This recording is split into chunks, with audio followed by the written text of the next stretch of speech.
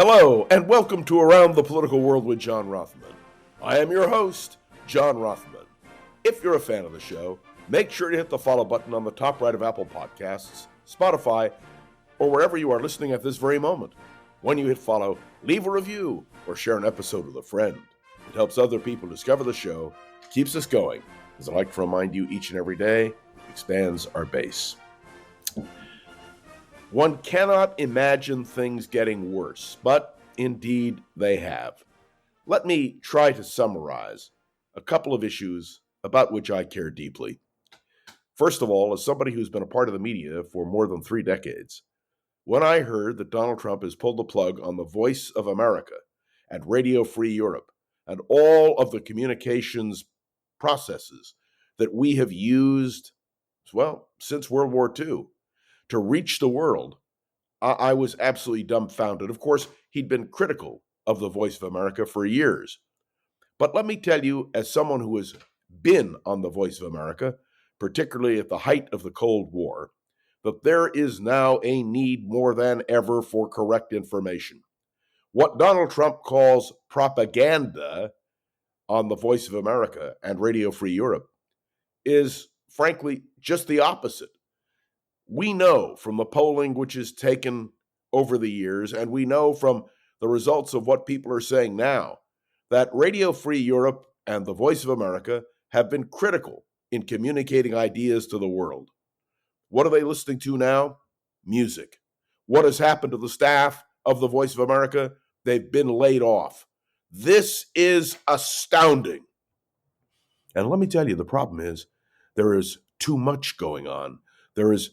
There's actions every single day which upset people, and it's hard to focus.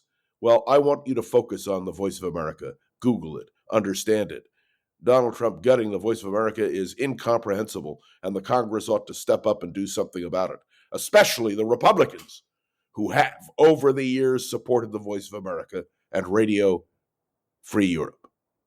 I want to talk about Donald Trump saying that the pardons which Joe Biden gave in the closing hours of his administration, affecting primarily the January 6th committee, should be null and void and vacant. Why? Well, first of all, he doesn't like the people who were pardoned. But second of all, he says, well, it was done by auto pen. You know, the arguments are so ridiculous, the statements so compellingly wrong, that Donald Trump needs to be slapped down on this as well. Of course, I especially appreciated Adam Kinzinger, the former congressman and member of the January 6th committee, who said, fine, bring it on. He said, I never asked for a pardon. Come ahead. You want to go after me? Go after me. I think that's the only way you can deal with a bully. And that's what Donald Trump is, a bully. And now I want to go to a subject which disturbs me more than any other. And that has to do with Donald Trump ignoring court orders. Now, using an act of Congress is one thing.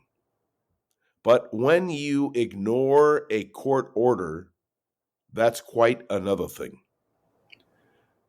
This is something that was predictable, completely predictable. And we know that Donald Trump has said, and his aides are saying, that he will defy the courts if he disagrees with them. We've heard the Vice President of the United States say that. We've heard the members of the White House staff who work directly with Donald Trump say that. I listened to Stephen Miller yesterday, and I found it incomprehensible. Why? Because the courts are exactly there for the purpose of restraining actions by a president. Now, let me put it to you bluntly.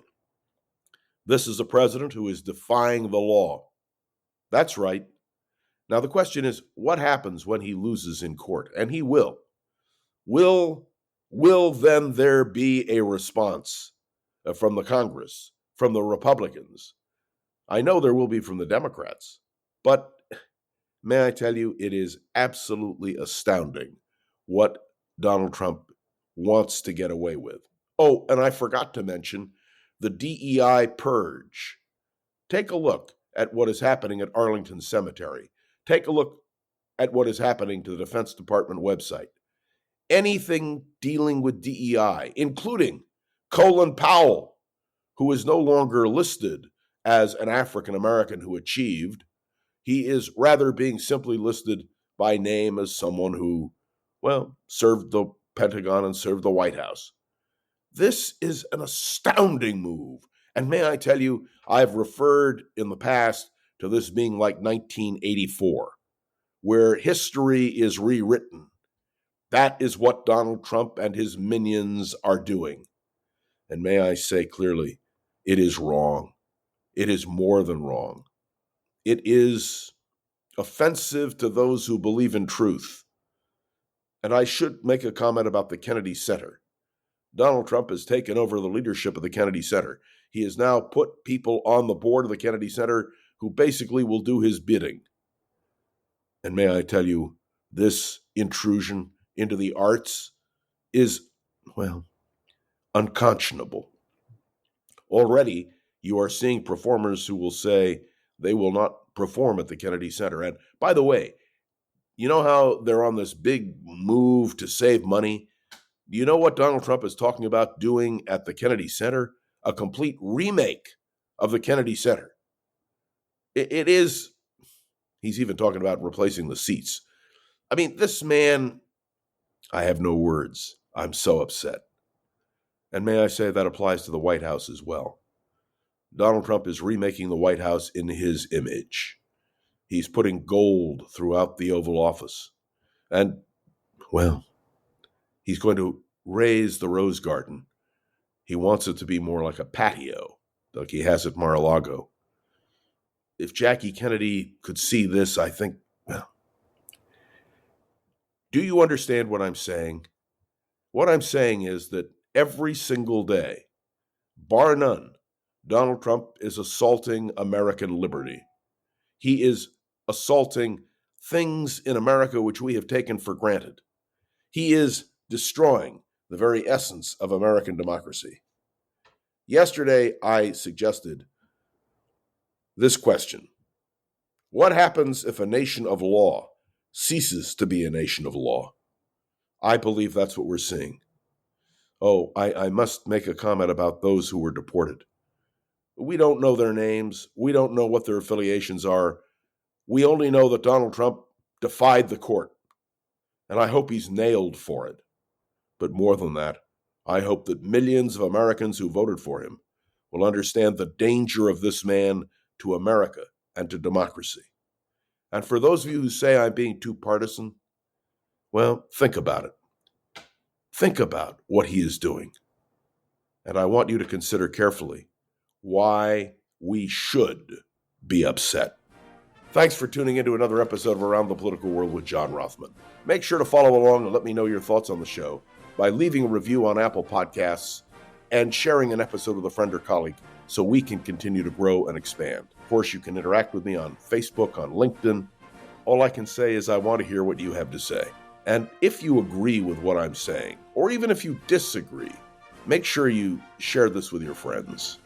This is John Rothman, and may I say, I wish the news were better. My special thanks to Gogo Zoger, the wonderful producer of this podcast. Thanks, Gogo. And to all of you, I'll be back tomorrow with more on Around the Political World with John Rothman. See you then.